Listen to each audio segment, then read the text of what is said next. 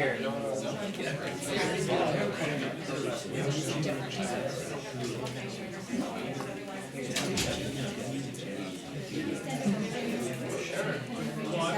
I'm a 2-second guy, so maybe Pearl.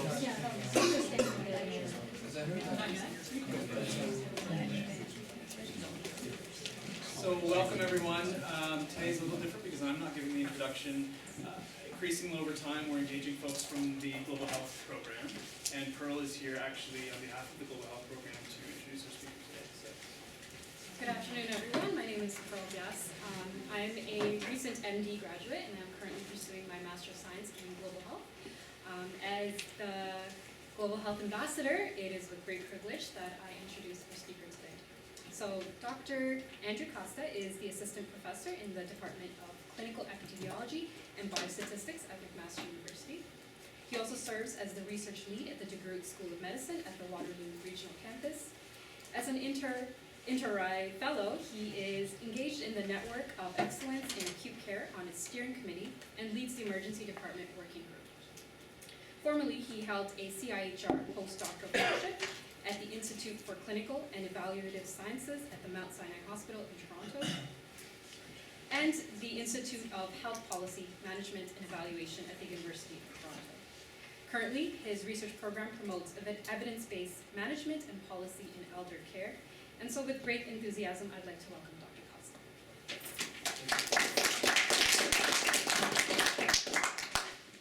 So thanks very much. Very pleased to get an invitation to participate in this seminar series. I've attended one so far. I'm new to McMaster and it was fantastic, so I'm glad that I could join. So I want to chat about a big sort of policy and practice issue in healthcare, which is seniors and ED use. And no disclosures. In particular, I want to talk about emergency department avoidance in the community, and so I'll talk about my work in home care, and on senior-friendly EDs and how they're evolving, how we're defining it, and what kind of policy implications come from that. And so I'll try and keep it more at the policy level, and not get too esoteric around methods of statistics and modeling, which is actually a lot of what I spend my time on. So I think this provides kind of a useful context to the talk. It's an article out of Alberta in 2010. Seniors Care, ER Waits, Top Health Budget. Of course, you see this again and again, and even though this is 2010, you could easily see this kind of a headline today. And why seniors care? Obviously, seniors are major users of the healthcare system. A lot of concern that we haven't designed the healthcare system, or hasn't been designed with them in mind in particular. That's of course true in especially acute care, where we have the problem of seniors who are ALC. How many are familiar with the concept of ALC policy? So otherwise known as bed blockers previously, and so less pejorative, we'll call it ALC, which is now pejorative. So we call it appropriate level of care. In any case, bad situations, older adults are in an acute care bed waiting for an appropriate discharge. And the thought is, of course, and it's true, that it's a problem for ER waits and for overcrowding, where you can't admit someone into the ward because it's full of individuals who maybe medically don't need to be there. Your emergency department backs up. And so the policy has been sort of like a stockpiling of older adults into post-acute settings, and so opening the door for individuals to come into home care, and so that's happened. Into long-term care, trying to open up more spaces, although that's not very attractive because there's lots of demand for it, with kind of particularly bad results. And what you sort of notice on the policy level, not necessarily the clinical level, is that sort of at the surface, hospitals seem to be very good at manufacturing ALC cases. Whereas you can pull out older adults from the hospital, however you do it, the label still remains, the rates don't change, just the characteristics of those older adults that are labeled ALC changes. So it's a particular problem where we want to think about probably prevention. And probably best illustrated in this clip from the Globe, and I'll read it. So it's little old ladies are crashing the system, which I think is some of the perspective that we see. So it's a weekend, so her doctor calls an ambulance and tells her family to take her to the hospital, where she lies around in the ER for 12 to 15 hours before being admitted. The hospital does a battery of diagnostic tests, many of which lead to further tests. It turns out this little old lady has arthritis, heart disease, vascular dementia, osteoporosis, diabetes, high blood pressure, and arthritis. Many of these conditions have been previously diagnosed, and none are curable, nor are they typically unusual in an 86-year-old after 2 or 3 weeks of essentially pointless treatment, the patient is sent home, lucky, with a vast array of pills. I should memorize this clip by now. It'll go away in a second. And after, anyway, you get the idea. After 2 or 3 weeks of essentially pointless treatment, the patient is sent home with vast array of pills. Despite all this medical care, in fact, because of it, she'll probably get home in worse shape than when she started. And so this is sort of the situation that we see. Good intentions, probably bad medical care, older adults hitting that, and then particularly bad results. So can we think about ED avoidance in the community? This is a place where obviously older adults want to live. I think for all of us, we want to age in our homes, live there. And if we can avoid the emergency department or the front door of the hospital, then we can avoid some of the issues that happen in hospitals. That's, of course, is the concept. Article by Andre Picard, home care is where the heart is. And so, probably true for a lot of older adults living in the community who rely on home care, public or private. And Stats Canada report suggests that 8% of the population over the age of 15 rely on home care services, public or private. And there are an increasingly strong focus of funding and policy in the healthcare system, and as well as consternation, I suppose. And big impact on, big relevance to ED use, where home care clients by definition are sort of frail older adults living in the community. So to meet eligibility for home care, you need to be sort of have some complexity, some frailty, and that's how you get in the door. They're prevalent, and so they account publicly funded home care for about 1 in 10 older adults over the age of 65, but 1 in 3 over the age of 85. So a lot of older adults that we know about that are frail and complex, and the evidence suggests that they're at very high risk for ED use. When you compare them to older adults unaffiliated with home care, much, much higher rates, even higher than complex older adults living in long-term care. Obviously reflecting something about how they live and care that's available to them. And so when we think about the problem of ED visits and efficient care to address it, we think about prioritization because on a population level, on a group level, essentially what you have is a case manager managing the care of about 200 or more older adults in home care. And they have a limited number of services to be able to dedicate to any one individual. And so they try to prioritize those at most need, those at most risk. Evidence suggests that when you apply broad interventions on sort of unscreened, not risk identified older adults, you get no benefit overall. Whereas if you can sort of obviously prioritize it, the chances of success are much higher. And in home care, there is no prognostic tool to help suggest who's at risk for ED visits, and some evidence that really is of confusion about what predicts ED visits. And so enter decision support systems, which is where I spend a lot of my time. What are they? They're an evidence-based system that are designed to help professionals make individual care decisions. And so they're very interesting and slightly different from policy in that they take sort of big, sort of boring static data sets, either secondary data sets or collected in studies, and essentially transmute into something that is interactive, an active knowledge system that can be used at the point of care. And that's why I like them so much, if used appropriately and well, of course. And so these are alerts and reminders, things like pharmacy systems that say interaction with the drug, right? Prognostic assistance, which I'll focus on, image recognition, those are kinds of examples. And we've got pretty good evidence that overall they're successful in health decision making across a variety of contexts. And we have good evidence as what makes them fail or work out quite well. Usually the more annoying they are, the better they work. People can't just forget them or ignore it. And a lot of also clinical recognition that these things are helpful. There's a lot of information happening clinically. It's very nice, a lot of data. It's very nice to have things that sort of focus your mind, give you a context with which to make a decision, and help you not forget things. Also very important for training, where you have individuals with varying competencies. These can be useful. And so I did the DIVERT study, which is detection of indicators and vulnerabilities for emergency room trips. The best acronym I can come up with. In Winnipeg Regional Authority, Ontario. And this was a retrospective cohort study, where in home care they do assessments on older adults at admission and then approximately every 6 months. And so essentially I took all of those records from 2009 to 2012 in these regions and connected it to emergency department records at population level. And so the context is this: a case manager is in the home of an older adult, doing an assessment. That's day 0, and essentially I'm looking out 6 months to see how many emergency department visits happened, using the information from that assessment to predict that outcome. The assessment is absolutely huge, probably larger than it needs to be. Has about 200 and something individual items, looking at function, symptoms, diseases, informal care capacity, all of those items. And through recursive partitioning and a clinical panel that was multinational, essentially voila, the DIVERT Scale. And I won't talk about the methods, but I will describe it. And so 19 termini, looking at risk achievable from 6 levels. So 1 being lowest risk and 6 being highest risk. Some groups share the same risk because the effect size is the same. What does it tell us? Essentially, those who have previous use are high risk of future use. Quite common. Gets at a lot of things you can't measure, like propensity. If you hate your family doctor, if you hate your emergency department, if you feel like you have better care in the emergency department.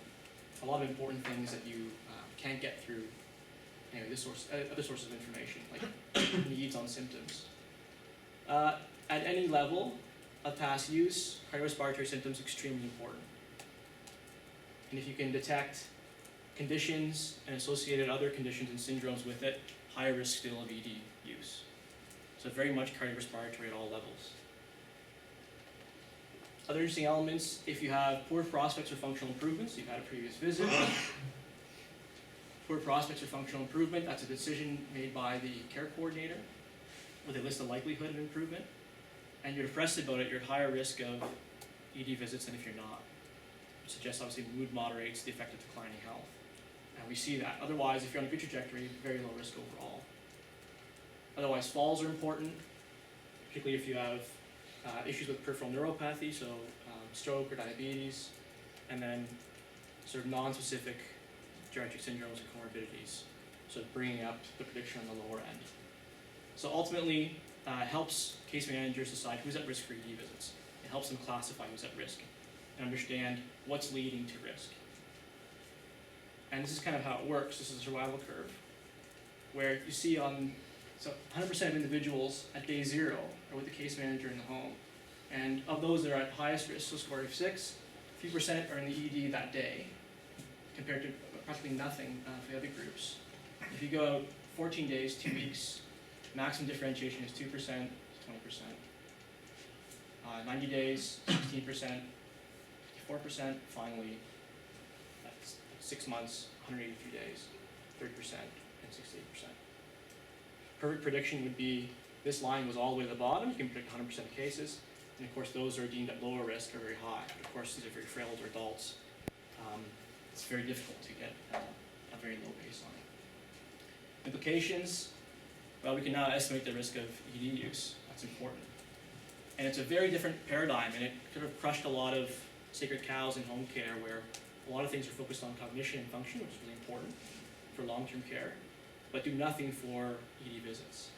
And the thought was, cognition, caregiver distress, these are huge predictors of ED visits. We can't validate that in the data at all. They're not sufficient, is the issue. But they're certainly important. It must be kept into account. And it has no correlation with the Ontario client care model. So how they use information to decide who gets how much services doesn't include these elements. And so it's a very different paradigm for thinking about resources and how you use them. And it deals with ambulatory sensitive conditions. And so the management of these conditions are not in home care, they're in primary care. And so obviously it's a basis to collaborate with primary care on a very sort of, with much better quality than what might be achievable if they just did it willy-nilly on all individuals. And so we have to prioritize it, we hope. So, can predict it fairly well, can we prevent it? And that's been the focus of a pilot project that's existed in this LIN, where the goal was to think about what's feasible in terms of interventions that can be broadly scalable, and how do we best evaluate it. And so, really looking at pilot practices and pragmatic methods of evaluation, so knowing if something is truly effective in the real world. And so the focus was Niagara. Niagara because we have data in the LIN, and only the LIN, for ED visits and for home care, which tells us their characteristics, it tells them all the billing records, it tells us all the billing records, who went in the home, when, how much did it cost, was it a nurse, PSW, and family physicians and so forth. And we have ED records. But of course, if you live in Burlington, where I live, and you go to Oakville, Trafalgar, we don't see you. So we focused on sort of the corner of the lane where we hope no one's going to Buffalo for care. Otherwise, you wouldn't see them. No evidence that's the case. 3 caseloads particularly in North St. Catharines were intervention caseloads, 3 were control caseloads, find match controls. And we had focused on only a subset of risk. So all these individuals, all these different determinist groups, if you look at them using the data, profiling them, and look at those individual cases qualitatively, they're very different. A lot of similarities within the group, a lot of differences between groups. Incidentally, same way you use to develop case mix systems. And so we focused on those with cardiorespiratory symptoms in 4 particular groups. And the reason why we did it is because the group that I work with, we collaborated to produce the cardiac care network strategy for management of heart failure in the community. And so we had some prior thinking on this group. And so we thought we had some interventions and the right collaborators locally to be able to put together care packages and bring together resources that made sense. And this is sort of broadly what it looked like. And so we had local geriatricians, local cardiologists, respirologists, obviously the home care team involved, sort of healthcare services researchers like myself. And we created basically 2 kind of bundles. A common bundle and then a bundle for those at high risk.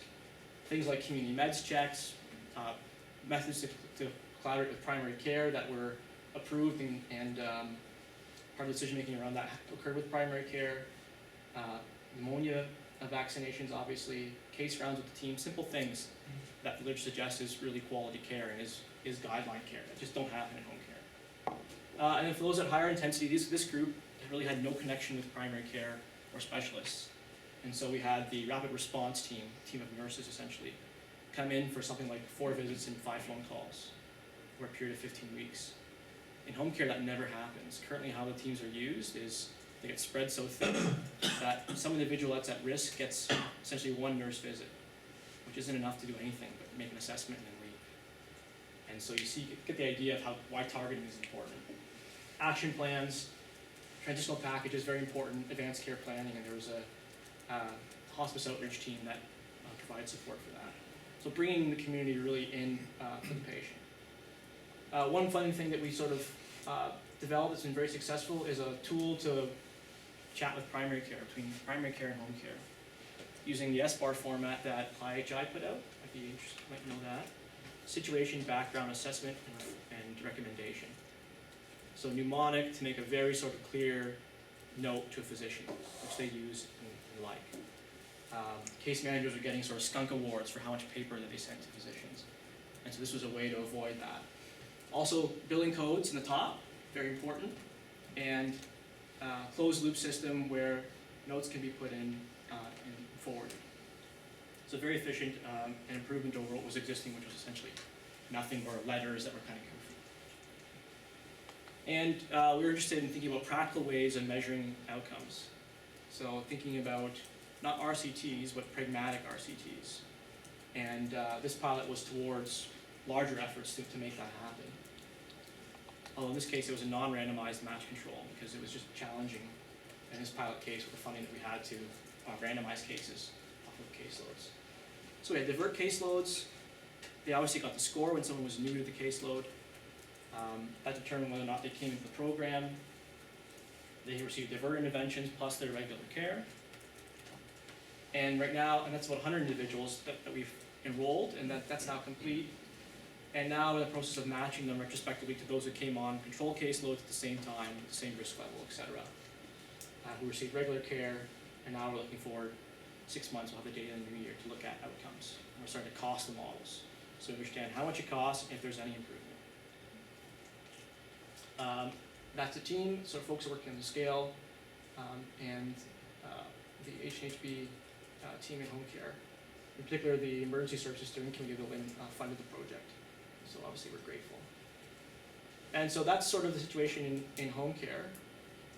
Really what we're interested in is saying how much of these things cost, because from a policy perspective, it's great to say, and a lot of pilot projects do, oh, we've got wonderful outcomes, can you show me the data? Not really. You have good patient stories, we have that as well. Important to have that in a context that's realistic, using good methods.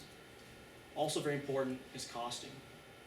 Because if you can show improvement and it's marginal, it's meaningless if the program is really expensive. And we don't know if we can prevent ED visits with some kind of a home care intervention. If we find out we can't, maybe it means we don't have enough resources.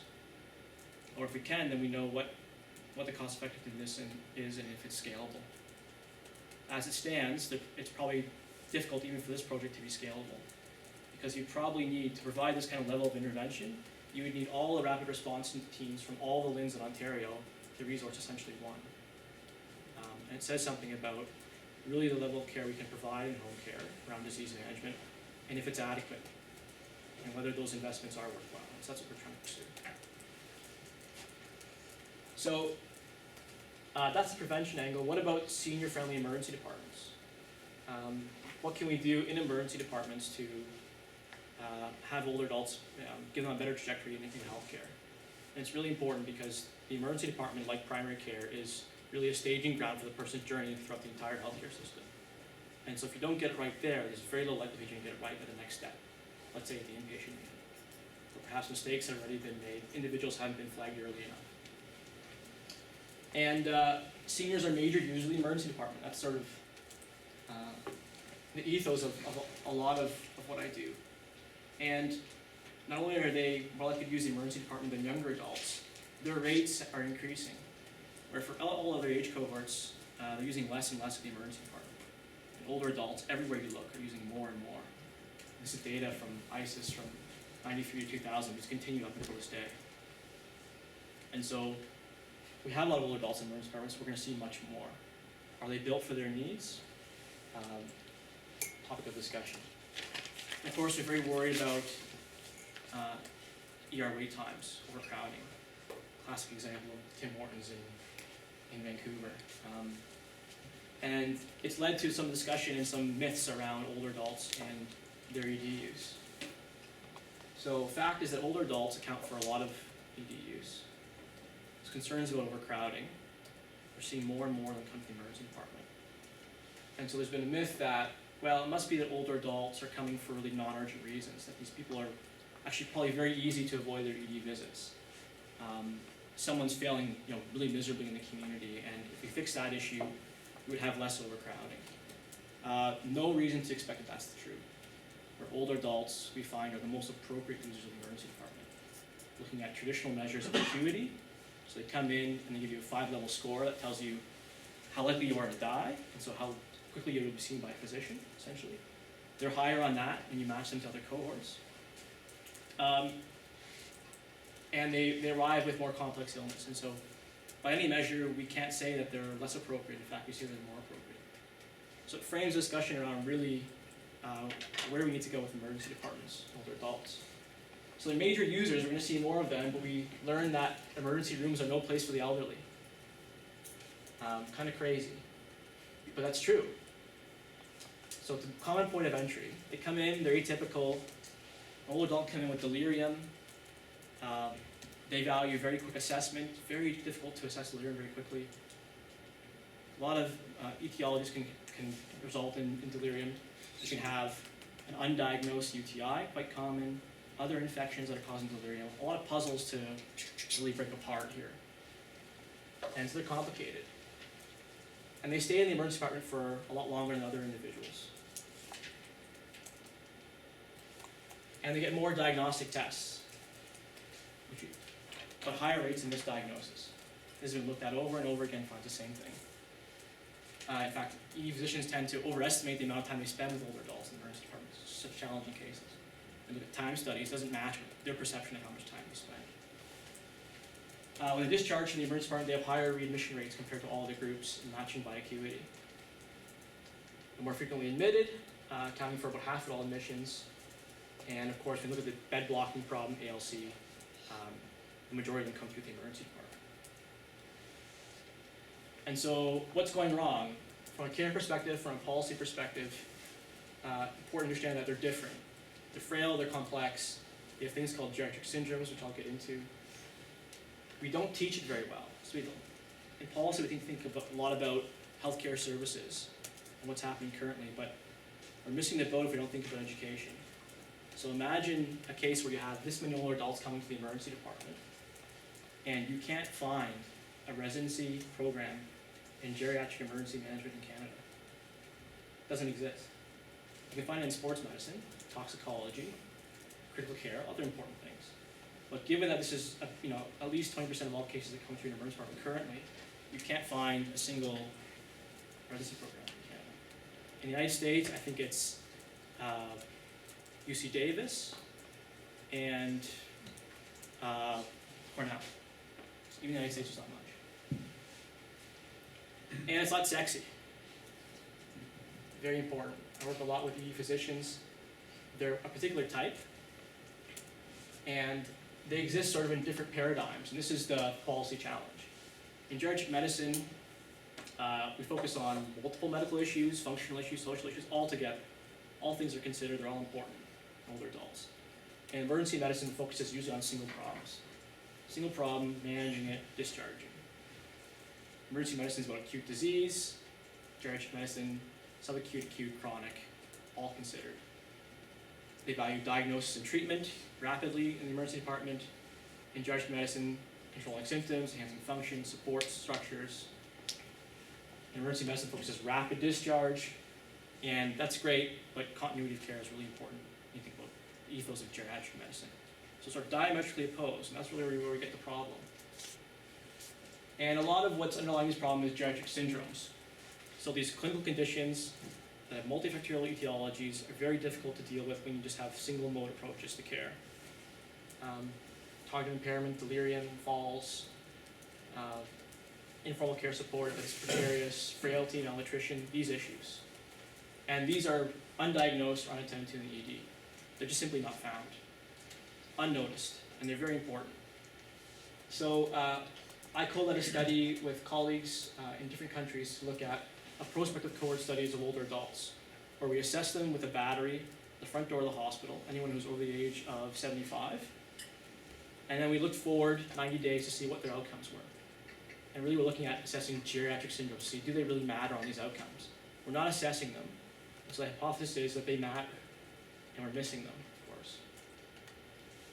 And so we produced those studies. There's an argument between myself and Len Gray, who's a geriatrician in Australia, as who leads what paper. No one wanted to lead the older adults are common, this is the description of older adults, because it was kind of boring, weren't sure it'd be published. But it was fantastic. This is the result. Seniors are not just wrinkly adults. They have special needs in the ER. So this is the level of discourse that we deal with. This is from the American College of Emergency Physicians. We didn't write it. We were appalled. And then another paper looking at, do geriatric syndromes predict bad outcomes? And so think of a bad outcome as a long length of stay. It's kind of a soft outcome. Across all the different countries, we're looking at 90 percentile length of stay. In Canada, huge. And so we think we have a problem with older adults in hospitals and their delays, no question. But others struggle with it as well. Others have figured it out. And we really stand alone in terms of our numbers. And this is just an example of it, where our 90 percentile length of stay for the population we looked at, and this was 10 sites across 5 provinces in Canada, 57 days, compared to the next highest, which is Belgium, which has some similar issues, 37 days. You think different health systems, there's no way you could predict it accurately across all these countries in geriatric syndromes. You can, well, fairly accurately. Where those who live alone have distressing from caregivers, impaired locomotion, poor self-reported health in pre-morbid periods before they got in the emergency department, high risk of long length of stay. And that's the case absolutely everywhere you look, in all those different countries, including India. Very different healthcare system, of course. So they matter. The response has been, in the United States, building senior-friendly EDs. And this is a paper that showed sort of where they exist on the map. And it's kind of like the founding of the continent, where sort of you start in the east and sort of the hardy ones make their way west. Incidentally, so Florida's a good place to retire, probably. Hawaii, that's not the destination. And The authors who looked at this, I chatted with them at my conference, they said sort of informally that about a third of all sort of self-described senior-friendly EDs they contacted actually backed out when they were contacted. No, we weren't those. So you're a senior-friendly ED, oh, what exactly do you do? Do you have geriatricians on staff? Do you have comfortable beds, different spaces, different protocols? Oh, wait a minute, actually we're not a senior-friendly ED. Keep this off of us. This is sort of the hardy ones that remained. And what makes them senior-friendly is kind of a mystery in some cases. And we don't see the same kind of branding in Canada. Obviously there's financial incentives in the United States to consider. And in fact, when you look at some of these, they're fairly empty in terms of what makes them senior-friendly. In many cases, it's a couple of beds that have softer mattresses, which is great, but it's really not the be-all and end-all, of course. So we don't see the same kind of push in Canada. This is still encouraging because they recognize there's a market. Of course, we don't have the same sort of financial incentives, and so we don't see the same kind of push. So space issues are plant space, a big part of senior-friendly EDs. So obviously, not so senior-friendly. A lot of reflection. Imagine an older adult. They take your clothes off, they make you cold, they don't feed you, put you in a bed, and if this is what's surrounding you, noises, being plugged in everywhere, catheter, do you need it? Not senior-friendly. And so oftentimes this is what we think about. But it's really at the surface. Really what we mean is having good care. And so Samir Sina, who's a strategy leader in Toronto, he did a qualitative component analysis, looked at all the successful models of ED care for older adults, and what similar components did they have. Essentially found that you have to have 6 of 8 of these components to have any likelihood of success. Likely. So an evidence-based practice model, the nurses have to deliver it. Why the nurses? Typically because the physicians have absolutely no training, so far less, and are unable to deal with the sort of the medical and social stuff. And so it's a nurse-led practice model, essentially. And that's what's successful. Could change, hopefully it changes, but that's currently where it stands. And everywhere I look in Canada where they're moving towards this direction, it's definitely nurse-led. They have high-risk screenings, so they get people out the front door of the hospital to say, do you have geriatric issues? Should we pay attention to you? Maybe treat you differently? Collaborate with individuals in the community for discharging in the community, make sure it's a good discharge. If we admit you, let services know, or however they exist. Or the CCAC know that you're going to be on the ward and eventually you hope to go home. Focused geriatric assessment, so digging into the issues of their geriatric syndromes when they're in the emergency department. Initiating disposition planning in the ED, so very bad when an older adult's admitted, and then you start thinking about their discharge when they're pretty much everything medically has been done. And that's when you start thinking about, well, where should we discharge this individual? You've already lost the battle. You know, conversations you could have had with families, that opportunity is now gone. Decisions have been made, the person's declined, it's a mess. And so you want to start that in the emergency department, obviously. Interprofessional practices, follow-up, post-ED, and obviously an evaluation and monitoring process. And it's all focused on high-risk screening because this is sort of where I do my work. And so part of that larger multinational study was a Canadian study I led, prospective cohort study on all of these locations. A nice mix of academic, community, and different sort of more, well, all of them basically rural, urban locations except for a large regional hospital, the real big. Created an algorithm using recursive partitioning. Essentially says if someone's not self-reliant in their own homes, they need somebody to support them with their activities of daily living, the family's overwhelmed, they're at very high risk for bad outcomes. Coming back to the emergency department and being ALC if admitted. If otherwise they're self-reliant, say they're in good shape, are not unstable, essentially very low risk. So a nice sort of back of a napkin way of thinking about older adults in the emergency department and triaging them across sort of geriatric needs. If you collapse it and you sort of total the number of sort of geriatric conditions, looking at depression, ADL impairment, cognitive impairment, as you expect, the higher you are, the more you have. For those who are low, sort of scoring 1s and 2s, have usually none of the above. If you look at triage acuity, and this is what number they give you to see to tell you sort of how urgent they need to see you in the emergency department, how acute you are. Those who are low on that scale essentially have the same amount of sort of geriatric needs as those who are high.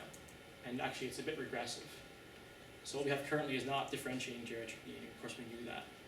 When you look at, I don't show it, those who are high on the geriatric need, low on their triage acuity, tend to wait a very long time in the emergency department. And you look at their outcomes specifically, terrible outcomes, whether they're admitted or discharged home. Because no one necessarily realized that this is why they're in the emergency department. And although it hasn't traditionally been a focus of emergency medicine or emergency departments, it deserves focus, obviously. How do you implement it? Well, if I had it, through any tablet, iPhone. Essentially, it takes you through that algorithm. And we've released it for free, and we're starting to see it be used actually in Ontario and a little bit elsewhere.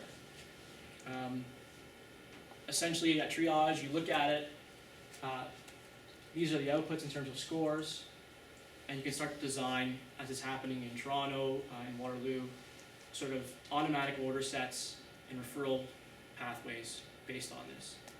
So if you're very high, we try and get you in touch with the gem nurse if they exist in the emergency department. We let home care know and collaborate with them. And if there's a geriatric clinic of some sort, we try and send you there if you're not already connected at some point. If you're at low risk, essentially nothing happens. There isn't capacity. Medium risk, well, some level of intervention, probably warranted. Every site's different. How long does it take to do it? About a minute, less than a minute. And so something that's very fast. Folks have tried to do something that's 2 minutes. You die for every additional second that you put on sort of a frontline nurse to make an assessment. And so this was thought to be much better. 2 minutes is unheard of. Can't imagine it in the emergency department. And so very important that something was fast. If you had to sort of complete an assessment and then go through that algorithm, it'd take you a while. But for most cases, if you think about the student support system, we want to become efficient. If you look at the algorithm, for these people, the score is 6, which is about 15-20% of cases across sites. You're only asking 2 questions to get there. Oh, has an ADL issue? Skip. Family overwhelmed? Clinical decision? Very high risk. All right, 2 questions, that's very important. Versus going through an entire battery and then hitting calculate or something. And we're starting to see education resources come online.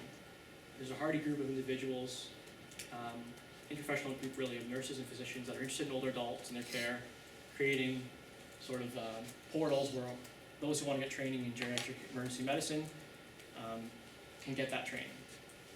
And of course it's approved. And so we're seeing sort of a bit of a title change in Canada. And of course we have now Geriatric ED Guidelines.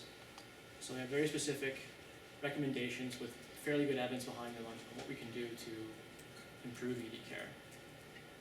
But of course it means dollars and investment around space in the emergency department, around resources in terms of geriatric emergency management nurses who do a lot of the work. A lot of times these functions run on a 9 to 5 clock, 5 days a week, and are a total disaster after 7 o'clock on the weekends. And there isn't the money, as a perspective of the emergency department, to offer something on a 24-hour day, 7 days a week basis. And so something we have to obviously consider in terms of policy and investment. I want to acknowledge obviously my investigators in Canada and many multinational investigators that I collaborate with in this interRAI group that I work with. So my closing thoughts, I hope will lead to discussion, are a focus on the ED on a practice and policy level. I think it should be really a focus on quality of care and not a focus on necessarily the outcome, although we hope it improves.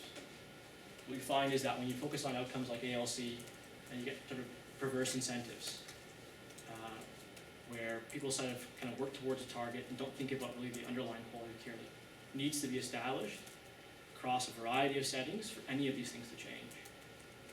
And of course, if you base your program on these outcomes that have a lot of different inputs from different sectors, then you're a hostage to fortune in the end, whether it goes up or down. Because if you're an emergency department and someone else hiccups on their role, you may look not so good. But of course, maybe you were doing the right things. Obviously, traditional models, they just don't work. And so there's a lot of evidence that these new ways of providing care are necessary and that they warrant a really serious look in terms of investment. But of course, evaluation is crucial. And it's really just one example, and primary care is another good example I don't work on, of really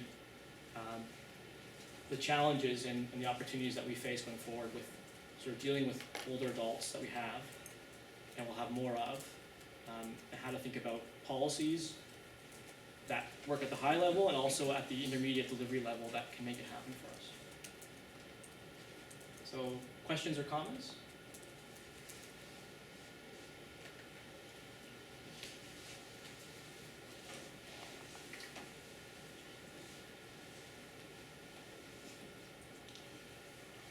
A couple of things. One is, this is for the audience in general, I don't think people understand from a policy perspective that in Ontario, for example, we're now going to have, in 2017, more people above the age of 65 than under the age of 15. And so just for perspective and resources to be given for that. The other thing I was thinking about was, you pulled out under high users group was CHF.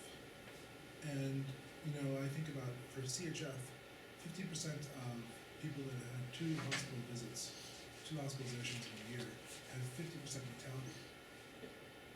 And so, it's not just ED, it's just that there's an incident of mortality in them. So I just wonder if you pulled out those, I don't know if you looked at that, pulled out that group of patients, how useful is your index?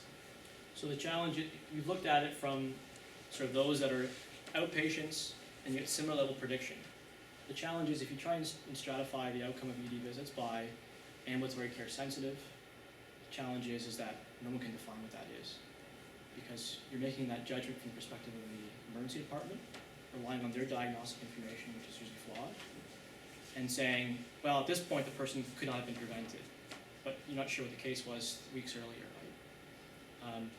So that's challenging. The prediction is still the same. If you look, death is quite rare in the emergency department. If you look at those who are admitted and die, then it becomes kind of extraneous. It's true that they're very unstable, and so the focus for a lot of these individuals is actually palliative care. So because they're not cancer patients where the trajectories are a bit more predictable, they could persist for a very long time having a lot of events, slowly deteriorating, and really go at any time during those events. And so the palliative care discussion is really around planning for the goals of care. And so that's part of the program that we're implementing here locally. And that's actually the thing that's working the best, we think, from the patient's perspective. Having a discussion around what their goals of care are explicitly with the professional, which they weren't getting otherwise, has really made a difference for them because it's kind of settled the family into a plan much more than do not transfer orders. Right? And the interesting thing about Canada is that in the U.S., 70% of palliative patients that go to hospice are non-malignant diseases. Yeah. In Canada, 70% are malignant diseases that go to hospice. So this whole group of chronic disease people that people don't know how to identify correctly, they're right on. Yeah, in Canada, palliative care is essentially cancer care. That's right. And that leads us to the challenges of decision making, which causes disastrous outcomes for patients and for the health system, probably. I wonder if you'd say something about your perspective from the United States in terms of the capacity of consultants like yourself and others around seniors care and how that's different in Canada. We chatted about it a bit. So perspective is in Canada we have 200 geriatricians or care of the elderly physicians. It's 200. If we're anything like a European country, we should have somewhere in the order of 1,000 to 1,200, and they think they're under-resourced. In the U.S., there's 3,000 geriatricians, roughly, and they provide they're under-resourced as well. That's what they feel. It's I think that there's going to have to be, and so now what's happened for geriatrics training in the U.S. is they decided that they're not going to just focus on people 65 or above. They're going to start focusing on people that are 85, and particularly frail individuals, and put their resources into them because their expertise will make an impact on that population, hopefully. But they haven't done the outcomes. There's a lot of work to be done in terms of whether this, what they provide, because they focus on cognitive assessments and stuff. And what they provide will actually make an outcome difference in terms of overall cost for the system and life expectancy, other tangible results. In North Carolina, they've done primary care models, and I think the savings for having nurse-led practitioners is $240 per annual, and so it's not like huge cost savings.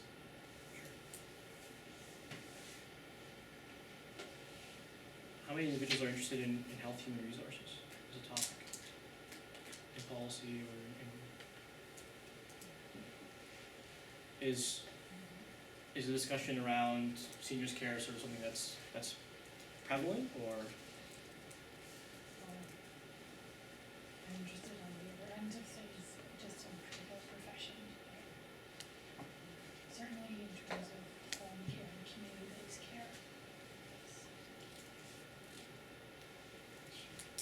Where's the balance lie in terms of patient preference with patient outcome? So the reason I'm asking is because I came across a systematic review, high-quality review that was published this year that suggested there are no, at this point anyways, with the body of evidence out there, benefits to having care in the home versus care in a long-term care facility, for example. So we hear this rhetoric in the news all the time, and even amongst some people who are researching this, saying that home care is better, but it seems to be driven more by patient preference for being kind of in comfortable settings, that type of thing. So where do you stand on that debate?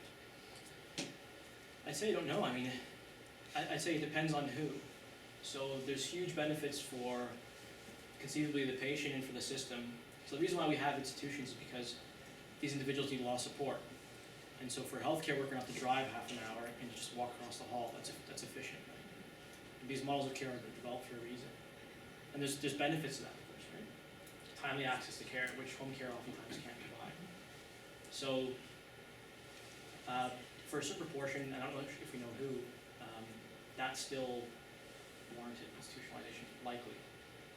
A lot of improvement, you can make a lot of improvements to the way we institutionalize older adults, though, to make it a better environment, for sure. But there is a preference to stay in the community as well. And with technologies, I'm not sure where